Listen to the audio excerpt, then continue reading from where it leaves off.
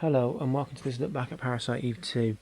This is a game that came out in August 2000 in Europe. I think it was 99 for Japan and North America. I personally didn't get it till about 2001, I think it was, about September, August. I can't quite remember the exact date. I think the last time I probably played it was about 10 years ago now. And this short cutscene will just explain what happened within the first game.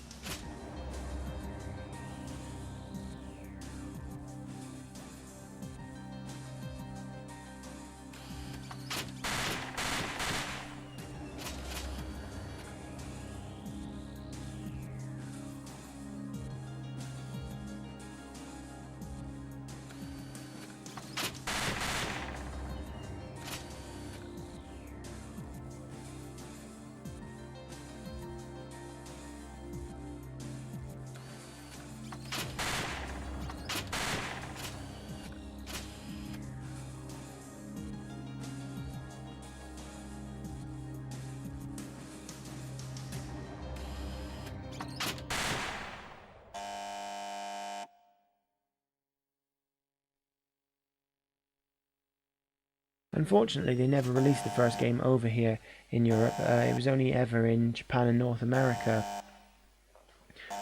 But luckily, the second story, the second game focuses on the story of the second game. It doesn't really dwell too much on the first game. But unfortunately, there are things that sort of, if you didn't have the first game, you might not understand as well. This, I sort of I'll talk about the story of it now, really, because it's about a woman called Aya Brea. Now she has like these. I got this is the annoying thing because I really don't understand it too well. And as I said, it has been quite a long time since I last played it. She was originally part of. She started out as a New York cop, but in the second game she works for the FBI under a special unit called Mist. I can't quite remember what it stands for now. But they fight these creatures called NMCs. I think it's Neo Mitochondria creature, if I'm correct. Now these creatures have special powers, and she has them for some reason. I'm not, as I said, I don't fully understand it. But that's sort of where she's got these special powers. That's kind of the Final Fantasy element, and these creatures are kind of like the Resident Evil element. There was a third game to it called The Third Birthday on PSP. I do believe that was released over here, actually. I haven't ever seen it about though. I've seen it advertised and stuff, like on PlayStation. I think I've seen it advertised on the PlayStation store, but I don't ever remember seeing it in shops. So I might have a look out for it actually, because I wasn't aware it was for. It was anything to do with Parasite Eve, because I don't believe it has Parasite Eve in the title.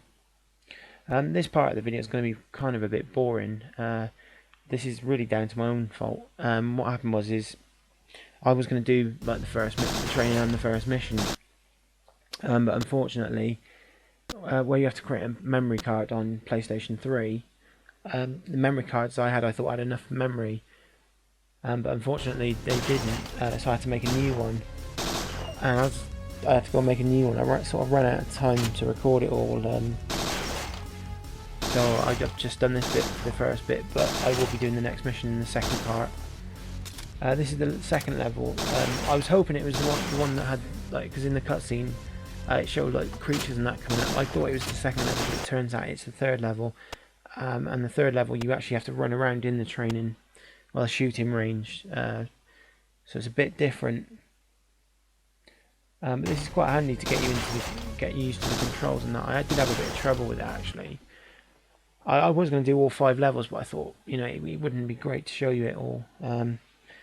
But I probably would have been better doing that. But I just went with the quick missions, a quick training exercise just to show you the training part of it really.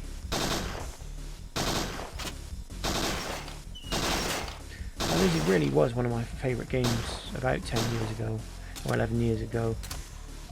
Mainly because it was like one of my 2 favourite games, Final Fantasy, as I've said. But I just really enjoyed it. I thought it had a great story and everything. I think I played through it like 3 or 4 times. When I say it is like Final Fantasy, it's not like it's more of an action RPG because you do have full control over the character and you can move about and stuff like that. In some ways, the combat is kind of like Resident Evil's, you know, but it does have elements of Final Fantasy because you do sort of choose what you can do and stuff. I think as well the final ending depended on what you did throughout the game as well, so there are, you know, RPG elements. As you sort of progress, because I think you do get to come back here again after the first mission. You can unlock some new weapons in that training area, but it's kind of annoying really because the second part, because the game's sort of split up in 2 parts. The second part of the game, once you sort of unlocking weapons in that, you can't ever come back here. It's kind of annoying really, but it would be nice to sort of see what weapons you can unlock with it.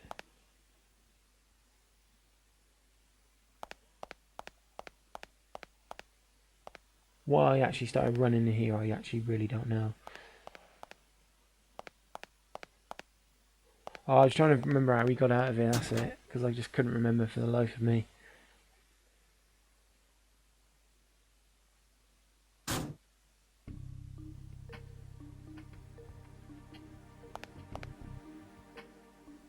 It's actually kind of a shame with the first game because I'm not actually sure, I could be wrong on this, that PlayStation 3 would play American or Japanese discs, PlayStation 1 discs. I'm not too sure on that.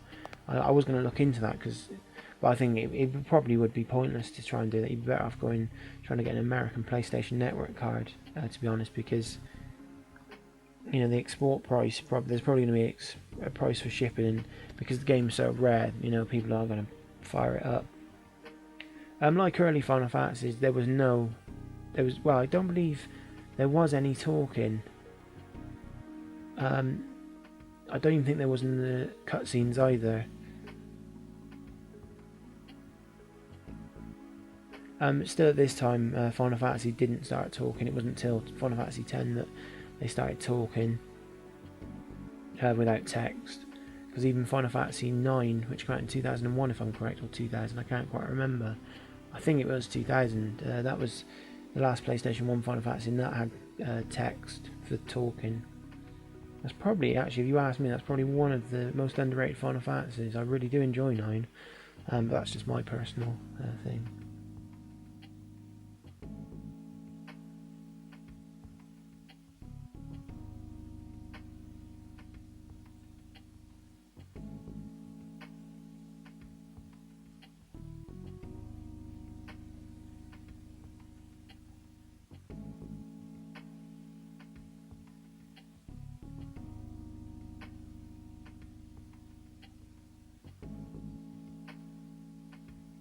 It's really kind of annoying just reading, because with like a lot of today's games and with the Final Fantasy sort of now having text, not having text anymore, you kind of like used to it. I actually prefer listening than I do reading, because when I read words I think I sort of have my own pronunciation of them, and it's actually quite interesting that I am, like, half the time if I don't quite understand the word, how far off I am from pronouncing it. This is where you can buy your weapons and your ammo and armour. They do sort of later on have a big impact, like they would do with Final Fantasy games.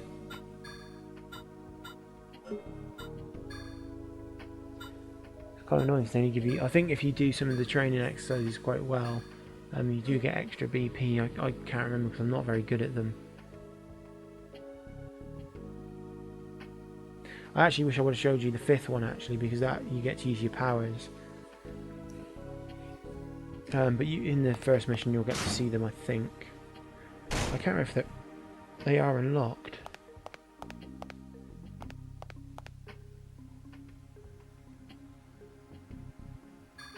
I think there's something in that yellow car. I think it's her car.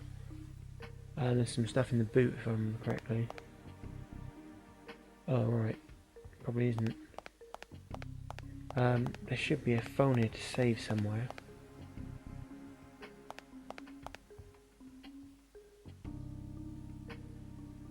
Oh, there's a bottle, don't know what that's for. I'm sure we'll find out. Oh, I think the phone's on the other side. And I might as well save here because you don't get any rewards for a certain amount of saves on this game.